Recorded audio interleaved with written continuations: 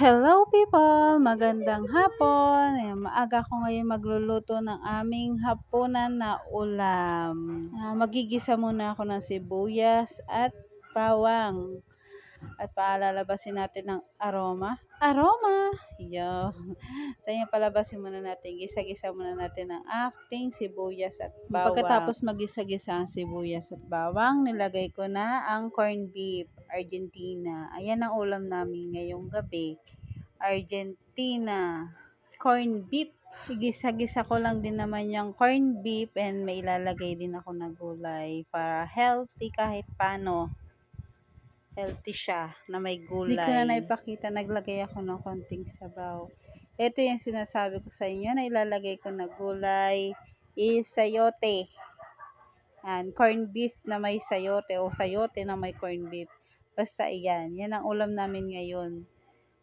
Kahit dilata siya, meron siyang gulay. May pagka-healthy pa rin naman. Yan, dinagdagan ko na rin siya ng sabaw. Takpan muna at hayaan kumulot lumambot yung sayote. Yan. Medyo malambot na rin naman dyan yung gulay. Then, paglalagay na rin ako ng pangpalasa. Magic sarap. Ayan, ang aking ilalagay at paminta. Pino sana bibiling ko kaso walang pino. Kaya durog na lang. Okay na rin yan. Paminta rin naman yan. Diba?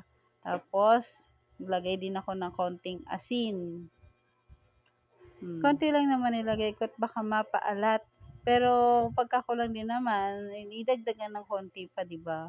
Yan, kulo-kulo na lang. Maya-maya maluluto na 'yan. Isang kuluan na lang din. Sakpan muna para maluto talaga yung gulay. Ayan, nakulo na. Maluluto na siya at nag-aaya na rin kumain yung maliit ko pero maaga pa, maya-maya na. Tikim-tikim yan. Okay na. Okay na to. Thank you for watching.